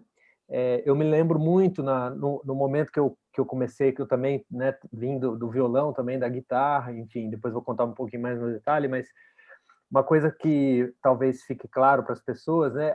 Por exemplo, no caso da viola, quando a gente migrou, provavelmente todo mundo tenha tido essa experiência. Por exemplo, a coisa da mão esquerda a gente já tinha meio pronta, vamos dizer assim, do violão, né, e da guitarra, quer dizer, a gente tinha ali que aprender as posições novas, tinha que aprender algumas outras coisas, né, do funcionamento da afinação que muda, mas para mim, de cara, assim, um fascínio que se abriu em relação à viola foi a mão direita, que é a que toca as cordas, né, porque aí tem toda uma forma própria de você tanger o instrumento que justamente prioriza o que o instrumento tem de melhor para dar, muitas vezes em relação às cordas soltas, muitas vezes em relação aos ritmos da viola, que são vários, e que nessa pesquisa, né, que muitos de nós sempre estamos imersos de aprender as riquezas da música brasileira, dos ritmos, da diversidade que a gente tem, o fascínio que se abre quando você entra no mundo da viola e, no meu caso em específico, mais ligado à música caipira, essa coisa da mão direita, que é uma coisa que, nossa, tem todo um traquejo, e que cada violeiro tem um jeito, e que cada ritmo tem as suas variações. Isso foi uma coisa muito rica, assim, que me estimulou muito, assim, de, poxa, eu tenho que aprender essas coisas, eu tenho que mudar meu jeito de tocar a mão direita e tal. Então, isso foi desafiador, mas foi muito interessante, muito instigante, né? Vou fazer esse parênteses só para... Perfeito, cara. Você vê, os métodos são os mais variados, né? Todos na prática, né? Se vê, não tem um método tipo, né? Como tem na música erudita para aprender, né? Ela vai variando conforme a experiência de cada um. João Arruda ia falar, a gente, eu cortei você. Fala, João. Desculpe. Não, mas eu não tenho muito o que falar, não. Já foi falado aí bem. A viola tem muito isso, essa coisa espontânea, né? E comigo não foi diferente, assim. Na verdade, foi um pouco diferente, né? Porque os homens são professor, né? Tem mais tempo no instrumento também e lecionam, né? Tá chamando a gente de velho de novo. Vocês todos são velhos. Começou, já está quase no fim do programa, o cara aproveitou para ofender o mestre. Botei fogo na geral. Então, mas assim, eu não tive, assim, né, não tive um método, né, para aprender, para estudar. Eu fui sempre muito fuçador, né? Eu sempre gostei muito de escutar. E aí, quando eu comecei a tocar viola, comecei a me aproximar desse instrumento, eu comecei a ouvir essa turma toda aí, ó, o Ivan, o Fernando, o João Paulo, o Zé Helder, são referências, né? Por isso que eu falo que eu no meio desses caras aí, eu tô chegando ainda, né? Tá vendo? São referências. Agora ele falou que todo mundo é velho. Bom, agora vamos... eu gosto muito desses velhos. Não, é isso mesmo. As referências são eles, são as referências. São referência mesmo, né? E aí, isso que me motivou, assim, eu ouvi. O meu método é muito ouvir, né? Até acho que eu não sou um bom professor, tanto é que as pessoas me procuram para dar aula, falam, não, até eu mandei um monte de aluno pro João Paulo, todo mundo chegava e falava, João Paulo Amaral. Aí agora o bom é que tem um monte de professor que já aumenta a lista. E aí, rapaz, assim, eu muito de ouvido, né? Tantas pessoas me procuram e falam assim, eu tão pouco sirvo para dar aula, e para aprender também eu acho que eu sou meio devagar, assim, meu processo é mais lento, assim, né? Eu ouço mais do que toco, né? Do que estudo. Até queria tocar mais, assim, mas eu sinto que eu trabalho mais com o meu ouvido para depois eu dou uma processada e depois que vai sair, sabe? É um negócio meio doido. Para dar aula também tem Descobrindo, né? que ter paciência, né? Também não é Ah, fácil, e né? Você tem que método também, né? método e tudo mais. Bom, agora chegou a vez do nosso querido João Paulo Amaral, que vai falar da música Linha Motriz, que a gente vai ouvir aqui, que é a música do João Paulo Amaral, e tem uma afinação também que é diferente também. Fala aí, João, da afinação e dessa canção para a gente ouvir agora. Então, às vezes, não sei, acho que não sou só eu, provavelmente acho que os colegas aqui vão talvez compartilhar, né? Às vezes, a coisa de compor na viola tem muito de você ficar ali futucando no instrumento, né? Você pega ela ali, fica brincando, vai para lá, e às vezes pinta uma ideia, né? E às vezes a gente, né, eu pelo menos toco mais no cebolão em ré, né? Sempre toquei mais no cebolão e tal. E às vezes você fica meio cansado do que você está tocando, assim, parece que, sabe, não sai uma ideia diferente. Então, aí um belo dia eu tentei trocar a afinação, mudar um pouquinho, brinquei com uma variante, como eu vou falar, uma outra afinação, que é o chamado sobre requinta, que mais popularmente conhecido como cebolinha ou cebolão menor, que é um cebolão com uma corda meio tom abaixo, né? Então, ao invés do ré maior, é um ré menor, né? Para quem conhece um pouquinho de música aí. E aí eu resolvi trocar e fiquei brincando, e foi pintando uma ideia melódica ali. Então, a linha motriz, ela surge meio por estímulo dessa busca numa afinação nova, de achar uma coisa diferente, que eu estava meio cansado das minhas ideias, né? E eu acho que esse é um processo, acho que comum. Às vezes os violeiros trocam também, às vezes, a afinação para brincar um pouco, né? Tentar ali alguma coisa diferente, e acaba, às vezes, surgindo uma composição que vem um pouco da inspiração, vamos dizer assim, que a afinação traz, né? E aí depois eu fui ver que essa afinação, na verdade, ela já existe, como o Ivan falou, essa coisa de cada um mudando o jeito e tal, fui dar uma pesquisada, falar, poxa, vamos ver como é que chama essa afinação, né? E aí achei esse nome, sobre requinta, num estudo do Rossini Tavares de Lima, num estudo que ele organizou, e parece que foi recolhida no litoral norte de São Paulo, Ubatuba, São Sebastião, lá na década de 60, né? Mas é provável que isso também, né, em outros locais, os violeiros já devem ter experimentado, enfim. Ela tem uma parte dela que parece um pouco com o violão, aquela parte, né, de baixo das cordas ali, que fica meio como as três cordas, as três primas do violão. Então, enfim, alguma coisa por aí. Então E vamos aí eu ouvir. dei o nome, vamos lá. Fale. Eu dei o nome rapidinho de linha motriz, porque esse negócio de dar nome para música instrumental, concordo com o Caselato, com o padre aí, é sempre difícil. A gente fica, pô, o que será que significa esse som e tal? E aí ela tinha uma coisa meio cíclica, uma coisa que talvez as pessoas percebam assim, uma certa repetição, então eu parecia uma coisa meio, sei lá, uma coisa meio uma máquina, uma engrenagem. Aí eu dei esse nome aí, que foi o que pudemos providenciar para essa melodia aí. Então, roda a linha motriz com o João Paulo Amaral. Roda!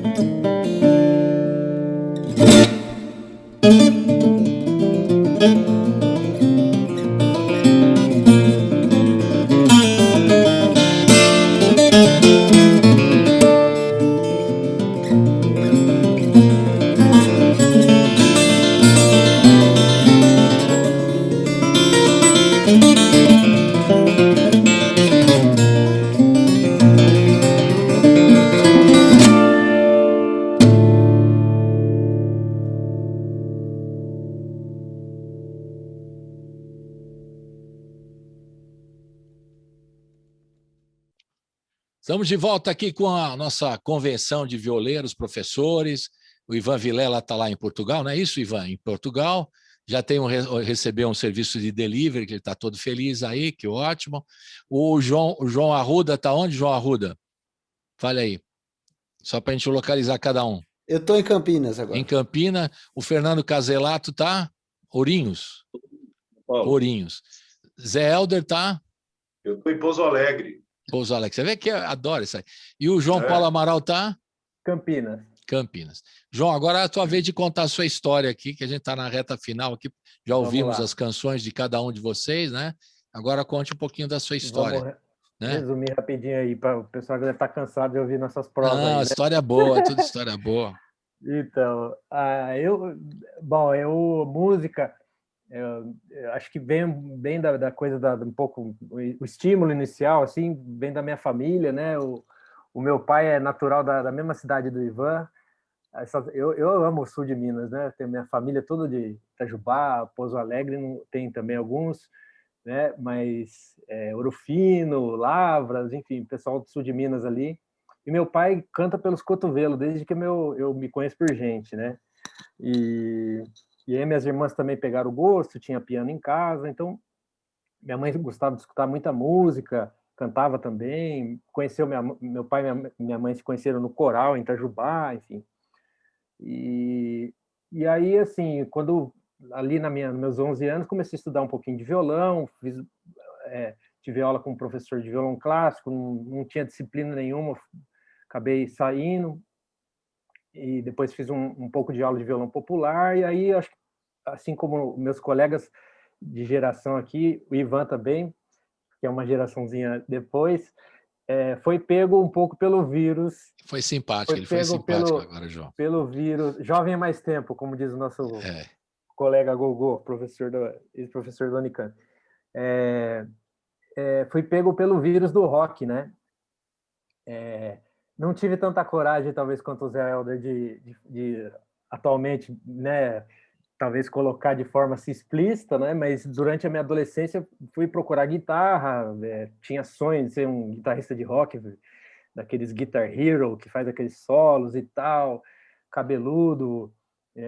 Fui fazer aula até com o Mozart Mello, que é um professor conhecido assim dessa galera da guitarra, né?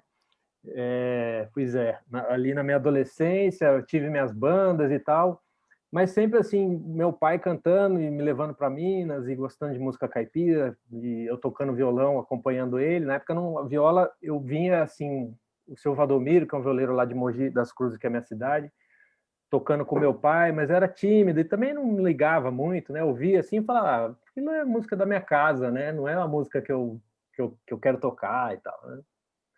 E aí depois eu fui fazer engenharia, né, na época do vestibular, vi que não queria engenharia, fui estudar, falei, poxa, o que eu vou fazer, né? Meu pai é engenheiro também, falou, poxa, pai, vou largar a engenharia. Ele falou, não, tudo bem e tal. O que você vai fazer? Eu não sei, eu acho que eu vou fazer música. Aí eu pensei, poxa, para passar em música num vestibular, fazer um tal, eu preciso ter uma base mais sólida. Aí fui estudar para valer mesmo, assim, a parte de teoria, peguei aulas com o Jarbas Barbosa, que é um guitarrista ligado ao jazz, que também foi aluno do Henrique Pinto, que tem um pouco a história com violão. E aí fiquei nesse mundo da guitarra, fiz a graduação na Unicamp. E assim que eu entrei na Unicamp, eu já tinha assim vontade de montar algum trabalho instrumental, e fui fazer aula com o Ulisses Rocha de violão, né? E aí a coisa da viola começou a aparecer de uma forma diferente para mim.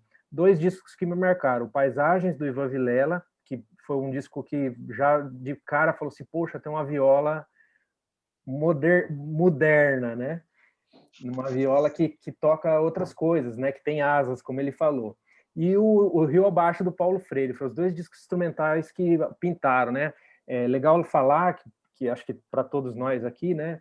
É uma coisa importante é que a gente não tinha internet nessa época, então as coisas a gente aprendia pelos discos, né? Então as coisas E de mudaram ver os muito. caras tocarem, né? Também é uma coisa curiosa. Por exemplo, eu não sei tocar nada, mas quando eu vejo alguém tocar, me estimula, pelo menos, eu fazer alguma coisa melhor, né? Olhando, né? Exatamente. E aí fui comprar minha primeira viola, falei, não, tem que dar um jeito de pegar uma viola. Aí fui até uma vez, fui assistir um workshop do Paulo Freire, fui conversar com ele, eu quero comprar uma viola, como é que eu faço? Ele falou, compra a viola da Xadrez, que é baratinha, é legal, lá da família dos Vieira, né, do Vieira e Vieirinha, lá em Catanduva, se não me falha a memória. E fui lá, comprei uma viola e comecei a estudar em Rio Abaixo na época. Não tinha professor, falei, por que eu vou... Aprendi o Rio Abaixo ali, afinar e tal. E aí já comecei a fazer uns arranjinhos, depois ouvi falar que, poxa, tem o Ivan Vilela que dá aula, né? Que também era, além de tudo, professor. Mas cadê o Ivan Vilela? Aí a minha futura esposa, na época, que era minha namorada, falou assim, olha, eu consegui o contato do Ivan Vilela, para você fazer umas aulas. Falei, tá bom, vou atrás. Aí liguei para o Ivan falou assim, ô Ivan, estou querendo pegar umas aulas, estou fazendo Unicamp aqui e tal. Aí o Ivan falou, tá, eu vou estar em Campinas, não sei que dia, vai lá, a gente se encontra, a gente combina, a gente se fala tal.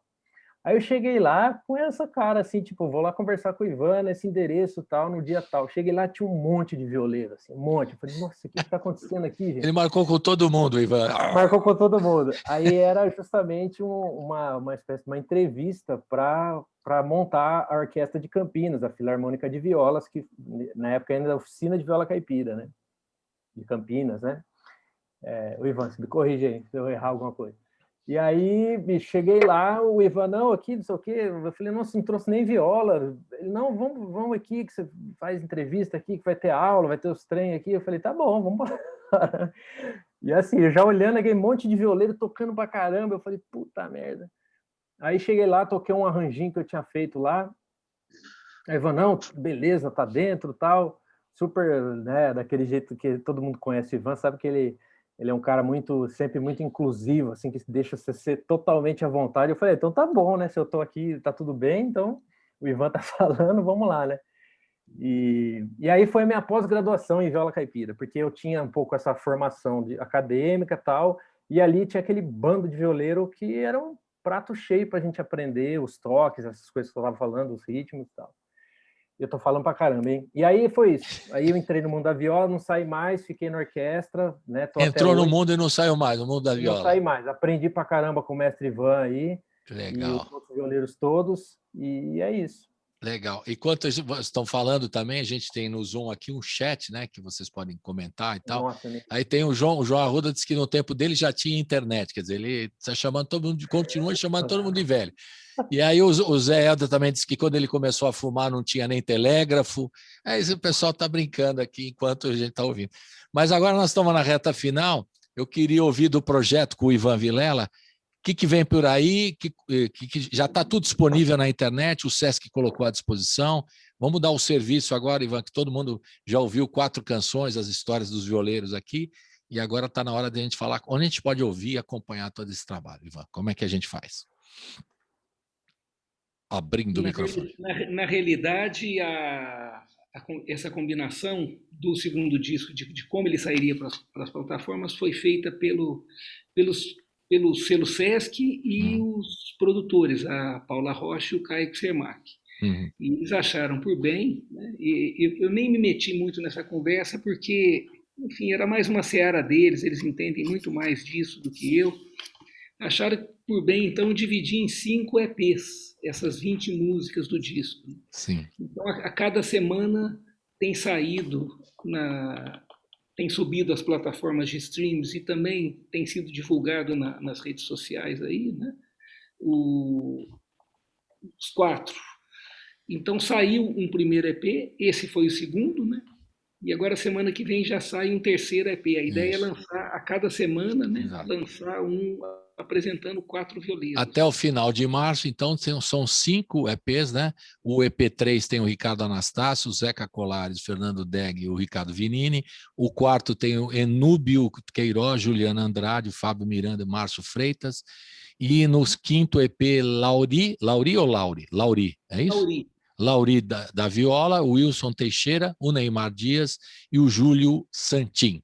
Então, são esses 5 EPs desse projeto. E aí, depois da pandemia, né, Ivan, chega o terceiro, volume 3, que vamos aguardar que tudo melhore. A gente está na expectativa, falamos aqui no começo sobre a questão da pandemia, se tudo der certo depois da vacina, né? E eu não sei se o Ivan Vilela volta para o Brasil ou não, porque ele sempre me fala que vai voltar, não sei se ele vai voltar mais. Fala aí, Ivan. Já estou voltando, em julho eu retorno, né? Inclusive essa saída aqui serviu para certificar que eu quero dedicar minha vida a estudar e divulgar com a minha música a cultura popular brasileira. Então é aí que eu quero estar fazendo isso na universidade, nos palcos. Agora, uma coisa que é interessante ressaltar é que o primeiro disco, Viola Paulista 1, o SESC promoveu em diversas cidades do interior, nas unidades do SESC, apresentações com cada 4 violeiros, né? E, inclusive, São Paulo também, na capital, teve. E agora, para esse disco, ficamos impossibilitados, mas ficou o acordo, né, a promessa do selo SESC de tão logo volte à normalidade, esse Viola Paulista 2, que é esse disco do qual nós estamos falando, ele vai também ter uma sequência de shows aí. Como teve o volume 1, é isso? É isso? Que o volume 1 teve 19 faixas, foi a primeira coletânea lançada em junho de 2018, que eu tenho aqui a informação que o SESC me passou. Aí o repertório mostra aí a diversidade, as gravações e tal, um monte de gente participando, né? Que não dá para ler todo mundo aqui, que é muita gente, mas tudo isso está lá no site do SESC, né? Para você acompanhar o projeto Viola Paulista, volume 1, 2, e vem aí o 3 mais para frente, depois da pandemia, certo? Exatamente. Eu quero agradecer a todos aí por esse bate-papo maravilhoso, né? O João Paulo Amaral, o João Arruda, o Fernando Caselato, o Zé Helder, o Ivan Vilela também. E agora eu fiz aquele desafio no comecinho, né? Que eu estava brincando que eu vou até inventar uma nova afinação de viola, que é a minha, que é desafinada. Não consigo. Colibri, pô. É afinação colibri, totalmente desafinada. Muito bem. Não, eu estou brincando, mas o fato é que eu provoquei vocês no começo para a gente escolher uma canção para encerrar, porque a gente ouviu 4 do disco, né? Aí essa canção, cada um vai dizer aí, a gente vai ver se chega num acordo para ouvir aqui, nós estamos no finalzinho do programa. Vamos mandar paisagens, né, gente? Eu não queria, porque depois o Ivan fala, né, o cara é meu amigo, me forçar a tocar uma música minha. Ficou provado. Ficou provado por A mais B, igual a, não é? Que vai ter que tocar uma do paisagem. O que você acha, Zé? Fala aí. Não. Concordo em gênero, número e grau. Pronto, Ivan, você é minoria. Você não tem. Você é o consultor, o curador do projeto. O curador eu recuso, entende? Mas aí a minoria, você sabe que aqui é uma democracia, a maioria vence. Então, né, Fernando? Você vota aí também para ouvir uma do paisagem? Com certeza. Terceiro. Quando você estava falando, eu já estava pensando. Estava pensando, tá vendo? Eu nem forcei nada. Você vê que eu não forcei nada. João Arruda também? Com certeza. Olha, eu vou dar a minha opinião. Eu agradeço a consideração e a gentileza, mas eu acho que a gente poderia pensar numa música, num clássico aí de música de viola, né, que fosse mais conhecido. Não, já virou. Então, ele está falando a mesma coisa. Ô, Ivan, eu sabia que você ia perder nessa. Não adianta você mudar o rumo. Por uma modéstia, então. Então, quem que vai chamar? Quem que vai falar da música? Fala aí, o João Paulo Amaral, que foi um dos que provocou aí. Fala aí, João. Eu voto no Pra Matar a Saudade de Minas, que eu gosto. A faixa. Eu estou escolhendo a faixa já. Do Paisagens, né? Isso. Gosta dessa também, Fernando? Para matar a saudade. Pensei Para Matar a Saudade de Minas também. Para Matar a Saudade de Minas, é Helder também? Parece que vou reforçar o vai com o relator, o João Paulo relator, e o João Arruda também, Para Matar a Saudade de Minas, onde for, assim. do disco clássico Paisagens. Bom, meu caro... Eu não participo mais de reunião na próxima. O meu caro curador perdeu, ele quis né? Perdeu. Então eu quero agradecer a todos, sinceramente, foi um prazer, né? A todos aqui, saúde para vocês. E a gente vai ouvir essa faixa do disco Paisagens, numa homenagem ao Ivan Vilela, querido, que é também um clássico também, Ivan. Não tem jeito. Então, aqui, ó, para todo mundo aqui, vamos fazer um abraço virtual, que é possível fazer para todo mundo aí. E a gente se despede desejando saúde para todos vocês. E até a próxima, tá, gente? E a gente, né, esperar vocês aqui tocar ao vivo aqui no estúdio, que vai ser muito legal também, quando a gente puder. Vacina. Depois, com a vacina, depois da vacina, enfim. É isso aí, gente. Abração, até mais. Valeu. Tchau. Valeu. Obrigado, gente. Bom ver a todos. Obrigado.